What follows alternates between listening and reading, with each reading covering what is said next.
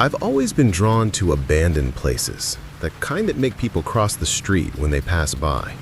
So when I heard about the old St. Augustine Psychiatric Hospital, I knew I had to see it for myself. According to the city archives, it had been shut down for over 15 years.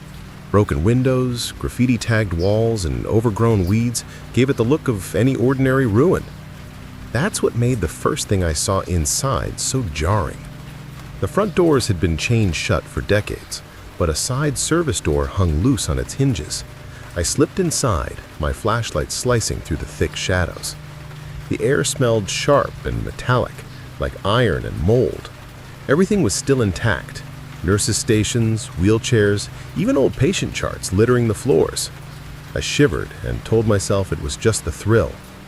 The deeper I walked, the more the hospital felt alive. In one of the corridors, I noticed a tray of food sitting neatly on a counter. Fresh. Steam still rising from the mashed potatoes and gravy.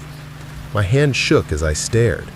That wasn't supposed to happen in a place that had been abandoned for years. I pushed forward, trying to rationalize it. Maybe a staff reunion, maybe someone squatting. Then I heard it, a low moaning, echoing down the hallway. I froze. My flashlight flickered over a row of patient rooms. Most were empty, but one door, locked with a rusted padlock, had a shadow moving behind the glass. A muffled voice whispered, "Help me." I couldn't tell if it was a recording, a prank, or something else. I tried to peer through the crack of the door, and my stomach dropped. A bed was still warm, fresh indentations, like someone had been lying there moments ago. I heard movement behind me, soft footsteps padding down the corridor, but when I spun around, there was nothing. Something compelled me forward, though my instincts screamed to run. In the nurse's wing, I found a small office. Patient logs were stacked neatly on the desk. I flipped one open and froze. The most recent entries weren't from years ago. They were dated yesterday. Each entry listed a patient name, their symptoms, and strange notes. Agitated after midnight. Voices coming from walls. Patient refuses to leave. My flashlight bounced as I stumbled down another hall. Doors that should have been boarded up swung open easily. Inside, I saw chairs rocking slowly as if someone had just stood up. I could hear whispering now. Clear words, but impossible to place. I told myself I imagined it, that my brain was filling in the gaps. But then the whispers started calling my name. Steve! I froze. That wasn't in my imagination. It was a voice, low and guttural, coming from somewhere just beyond the darkness. My heart thumped so hard I thought it would echo through the entire building. I turned to leave, but the hallway seemed longer than before, twisted. Every turn brought me back to the same central foyer where I had started. Then I saw them. Figures, huddled in corners, barely illuminated by the weak emergency lights. Not people exactly, more like shadows of people. They didn't move naturally, their heads tilted unnaturally, and their eyes glimmered, reflecting the beam of my flashlight. I realized, with a cold sinking feeling, that these were the patients. They had never left. A door slammed somewhere above me. Footsteps rushed down the stairs, fast, deliberate. I turned and ran, my flashlight bouncing across peeling paint and broken tiles. The moaning grew louder, joined by whispers, chanting my name over and over. I finally burst out of the side door into the night, lungs burning. The sounds didn't stop immediately. They seemed to follow me, fading just as I reached the overgrown fence line. My car was parked where I'd left it, but when I looked back at the hospital, the windows glowed faintly. Warm light, like someone was watching from inside. I never went back. Friends told me I imagined it, that it was just a derelict building in my mind playing tricks. But sometimes, late at night, when the city is quiet, I swear I hear whispers in the wind, my name, calling me back. And I can't shake the feeling that the hospital still has patients and that some of them are waiting for me.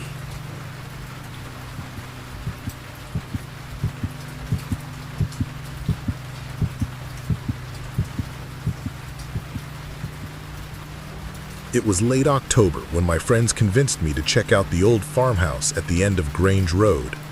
Everyone in town knew about it, the house with the boarded windows. It had been abandoned since the early 90s, after the last owner supposedly vanished. The boards over the windows weren't new, but they weren't rotten either. Someone had been replacing them. That should have been our first red flag.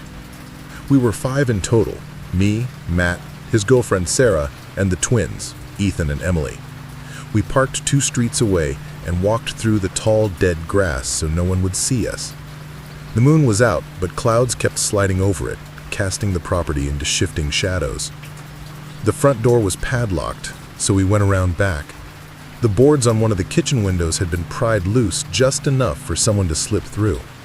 The opening was too narrow for Matt, so Ethan went first. I followed. Inside, the smell hit me. Damp wood and something faintly sweet, like rotting fruit. The weirdest thing was how normal everything looked. Dusty, yes, but not decayed. The table still had a lace runner on it, the chairs neatly pushed in. The counters were clear, except for a ceramic cookie jar shaped like a cat. I remember tapping it and hearing something rattle inside. We moved through the first floor, whispering like we were in a museum. The living room had floral couches and a crocheted blanket draped neatly over the backrests. Family photos lined the mantel, though the glass in the frames was cloudy with age. In one, a woman with long hair stood beside a man whose eyes were strangely out of focus, like he'd moved during the photo. We were starting to relax, laughing quietly, when Sarah froze mid-step. "Did you hear that?" she whispered. We all went still. From the upstairs came a faint creak, then another. Slow, steady, like someone walking. Matt called up, "Hello?" His voice cracked halfway through the word. No answer, just another step. Ethan tried to brush it off. House settling. Old wood does that. Except the settling kept going. Step, pause, step, coming closer to the top of the stairs. Emily gripped my arm so tight her nails dug in. "We should go," she whispered. Matt, trying to save face, started toward the staircase. The twins and I stayed put. Sarah followed him, but only a few steps. Then the footsteps stopped. For a moment, the silence was so deep I could hear my own breathing.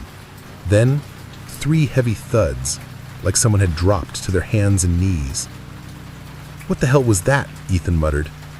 From the shadowed landing, we heard the slow scrape of something on wood, like palms dragging across the floor. It was moving toward the stairs. "Out," I said, already backing toward the kitchen. "We're leaving, now." Matt hesitated, then nodded. We turned, heading for the window we came through, but when we got there, my stomach dropped. The board we'd slid aside was back in place, nailed tight.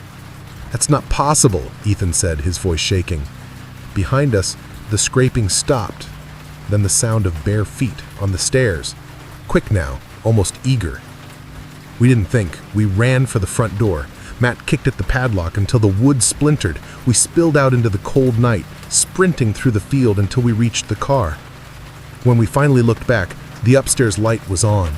One silhouette stood at the window, motionless, watching us. We never went back.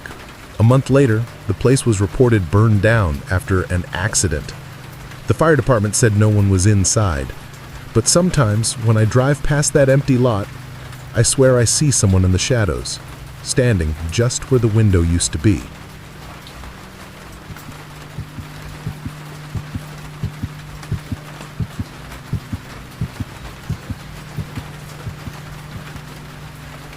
I've been hiking alone for years, so getting turned around in the forest didn't normally faze me. But that day, the sky had closed in earlier than expected, and the trails I knew like the back of my hand were gone beneath a dense fog. Every step felt heavier, like the woods themselves were resisting me. After hours of wandering, I stumbled across a faint clearing, and there it was, a small hunting cabin, half hidden behind a tangle of pines. The cabin looked abandoned. Moss crept across the roof, and the wood was gray and splintered, but the door creaked open without resistance. I stepped inside. grateful for the shelter, and immediately noticed the guestbook resting on a dusty table. Its leather cover was cracked, the pages yellowed, and a thin layer of dirt coated its edges. Curiosity overrode caution. I flipped it open. Entries ranged from hikers who had stayed decades ago to hunters who had signed after long weekends. Dates, names, brief comments. Typical cabin guestbook stuff. Then I turned to the next page, and my stomach dropped. It wasn't dated for yesterday or today. It was dated tomorrow. The handwriting was neat, almost clinical, but it described me, my jacket, the great backpack I was carrying, even the muddy boots I had tried to clean off at the door. It included my exact arrival time, down to the minute. My hands trembled as I reread it.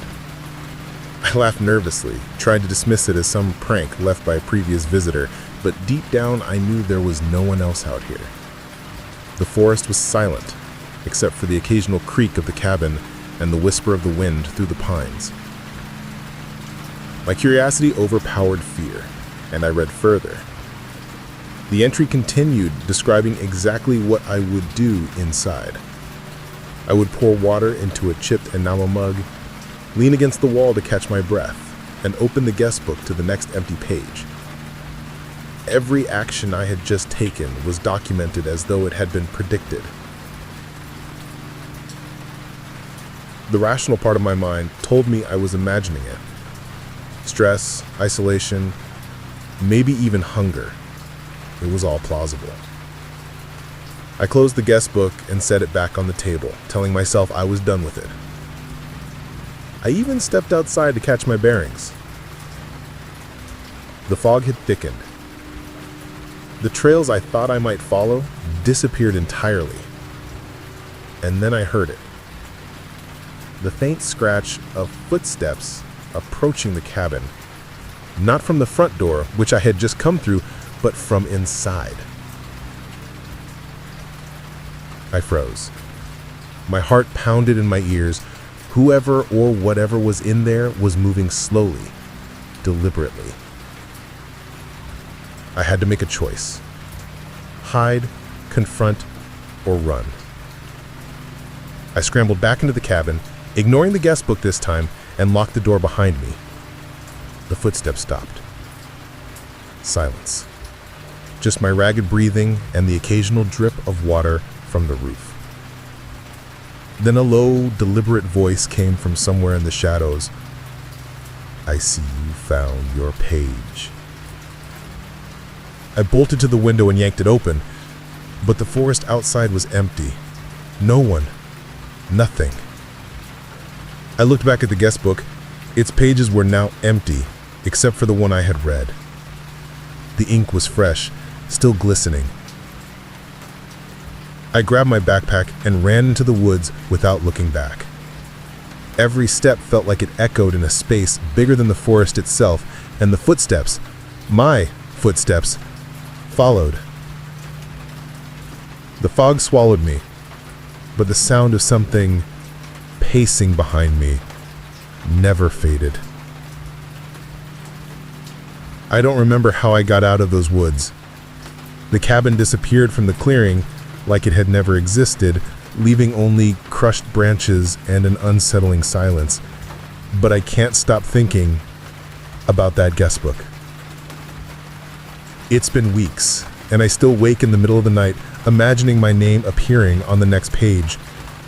I've sworn never to hike alone again, but part of me is terrified that no matter where I go, that page is waiting, predicting my next move, documenting every misstep, and maybe waiting for me to show up again. The last thing I know for sure, some things in the woods don't just watch you, they know you.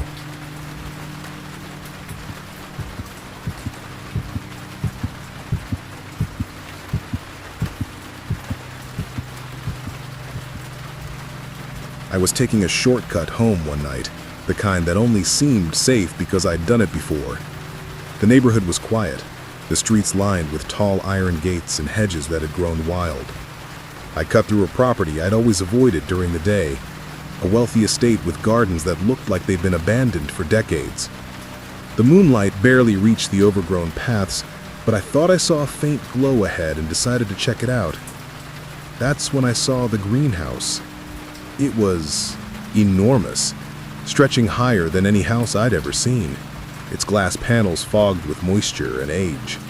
Ivy crawled up its sides, and some panes were cracked, but it was still intact, strangely pristine for a place so neglected. The door was locked, rusted shut, but the light from inside made the glass shimmer. My curiosity overpowered my caution. I pressed my face to the glass. Inside, there were figures. At first I thought they were mannequins, pale, featureless bodies standing among rows of plants, ferns, orchids, even some strange vines that seemed almost alive. They didn't move. They just were. I blinked and leaned closer. The glass was cold under my palms. Then one of them turned. I froze. Its head tilted slightly, and though it looked human at first, the way it moved was off. Smooth, fluid, unnatural.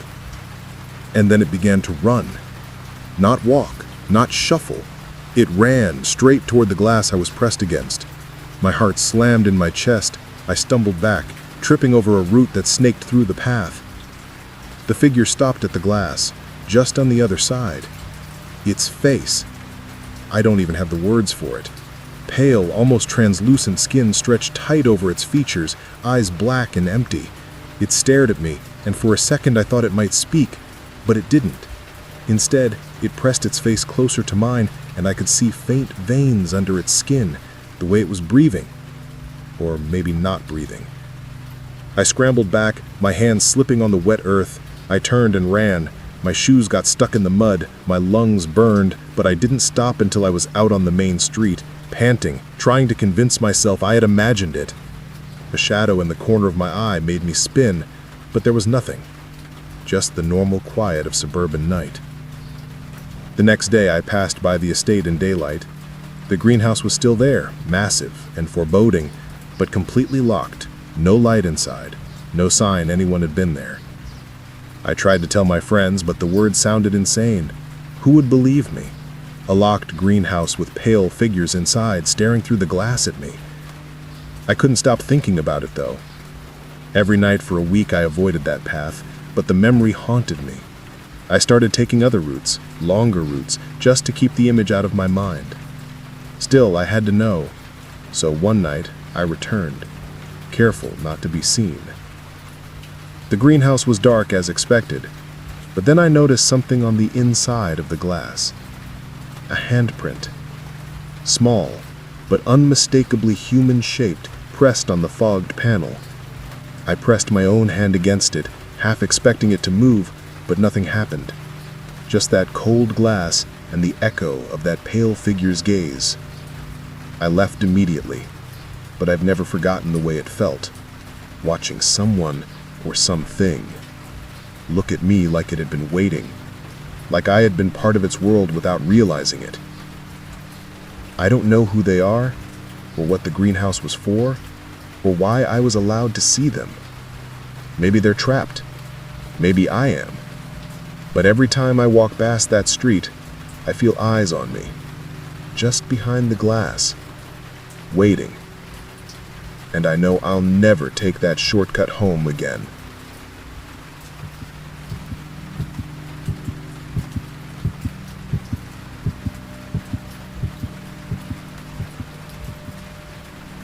I grew up in rural Iowa, where farmhouses were separated by miles of cornfields and abandoned buildings dotted the landscape like old scars. Cutting across private farmland at night wasn't unusual for me. I'd done it since I was a kid to save time walking home. I knew the routes, the gates to slip through, the sound of dogs that might give me away. That night in late October, the air was cold enough to bite. The moon was barely out, and a low mist clung to the ground. I had about 2 miles to go, and the quickest path meant passing the old Danner property, a spread of decaying barns, rusted tractors, and one looming grain silo that, according to local talk, hadn't been used since the 90s. I had never given the silo much thought before, but halfway across the property, I froze. A scream, faint, thin, but unmistakable, came from its direction. It wasn't an animal sound. It had the sharp, tearing edge of a human voice. My first thought was that maybe some drunk kids had gotten trapped inside.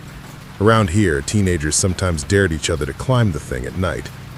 I hesitated, weighing my better judgment against the nagging thought of ignoring someone in trouble. The screaming came again. I walked toward the silo, my boots crunching frost-covered grass. The closer I got, the more the sound seemed to echo inside its cylindrical frame, bouncing off the metal walls until I couldn't tell if it was coming from the top or deep inside. The latter was a skeleton of bolted steel running up its side, disappearing into the dark above. Without thinking too hard, I started climbing. The cold metal stung my palms and every rung groaned under my weight. The higher I went, the more I realized something was off. The screaming was no longer frantic. It had thinned into a long, almost deliberate wail. I stopped halfway up, heart hammering, trying to pinpoint the source. Then it cut off completely. The silence hit harder than the sound had. I clung to the ladder, listening for anything, breathing, footsteps, anything at all. That's when I heard it. A single metallic creak from below. I looked down. The bottom of the ladder was swallowed by darkness, but the sound came again, this time accompanied by the faint scrape of shoes against metal. Someone was climbing up after me. My first instinct was to call out, but something in my gut told me not to. Instead, I started climbing faster, my hands slipping slightly from the frost. The rungs vibrated faintly as though someone much heavier was making their way up. I reached the small platform near the top, where a hatch led into the silo's interior. My plan was to look inside, maybe confirm if anyone was there, then get down fast. I swung myself onto the platform and tried the hatch. It was rusted shut. The climbing sounds below didn't stop. In fact, they were closer now. Panic broke through whatever thin layer of bravery I'd been clinging to. I yelled, "Hey, who's there?" No answer, just steady, deliberate climbing. I pressed my back against the cold silo wall, trying to see into the dark below. My flashlight beam barely reached halfway down before it hit nothing but shadows. The climbing noise stopped, replaced with stillness so complete I couldn't hear my own pulse in my ears. Then a whisper floated up from the black. "Don't come back here." It was low, breathless, and impossibly close, like it came from just a few feet below the platform. I didn't even think. I swung back onto the ladder and started descending the opposite side, away from the sound. My boots slid on the rungs, my hands burning from gripping too tight. I didn't look down once, certain that if I did, I'd see a face staring up at me. When I finally hit the ground, I ran. I didn't stop until I was well past the Danner property, the silo nothing but a shadow in the distance. The next morning, I told a friend about what happened. He shook his head and said nobody had any business going near that silo. It had been sealed years ago, after a farmhand was found dead inside. The official story was that he had fallen from the top, but some swore he had been trying to get out, claw marks all over the hatch. I've never gone that way again, but sometimes when the wind's just right, I swear I can hear that faint, deliberate wail carrying across the fields. And every time, I keep walking. If these stories prove anything, it's that the scariest thing about trespassing isn't getting caught. It's finding out you're not alone. Stay cautious and stay out of places you don't belong.